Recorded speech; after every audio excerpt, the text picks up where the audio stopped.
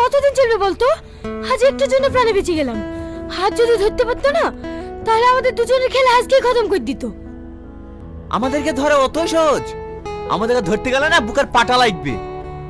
তাই বলে আমরা সারা জীবন চোর পুলিশ করে বেড়াবো নাকি? দেখ টনি, আমি তোকে 3 বছর ধরে ভালোবাসি। আমি তোকে হারাতে চাইনি রে। আমি তোর সাথে সুখে সংসার করতে চাই।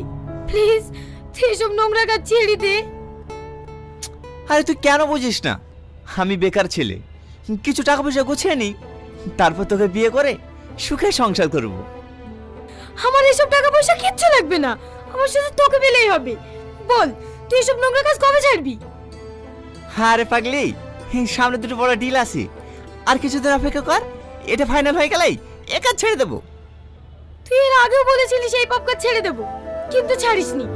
আজ তুই আমার মাথায় হাত দিয়ে প্রতিজ্ঞা কর, সামনের কাজগুলো করে তুই এই পাপ কাজ ছেড়ে দিবি। আচ্ছা বাবা, আমি প্রতিজ্ঞা করছি, সামনের কাজগুলো হয়ে গেলে এ কাজ আমি ছেড়ে দেবো। কিরে, এখন মুখ ভার করে আছিস যে?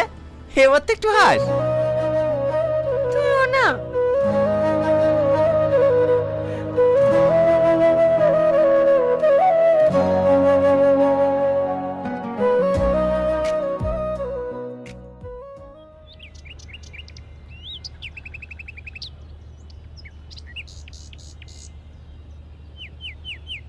স্যার, যা খাওয়ার আজ খেয়ে নিন, এরপরে আপনার বসে বসে চিপস খাওয়ার দিন শেষ। কেন কেন, চিপস কোম্পানি কি বন্ধ হয়ে যাচ্ছে নাকি? আরে না স্যার, আজ থানায় বড় অফিসার আসছে। কেন, আমি কি কম বড় অফিসার নাকি? ওরে বাবা, 2 বছর আশা হয়ে গেল, একটা আসামি ধরতে পারলো না, আবার নিজেকে বড় অফিসার ভাবছে। কি বললে তুমি?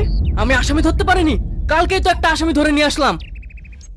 ও ও তো পাউরুটি চোর ছিল, ও তো সবাই ধরতে পারবে, একটা স্মাগলার ধরে দেখান না।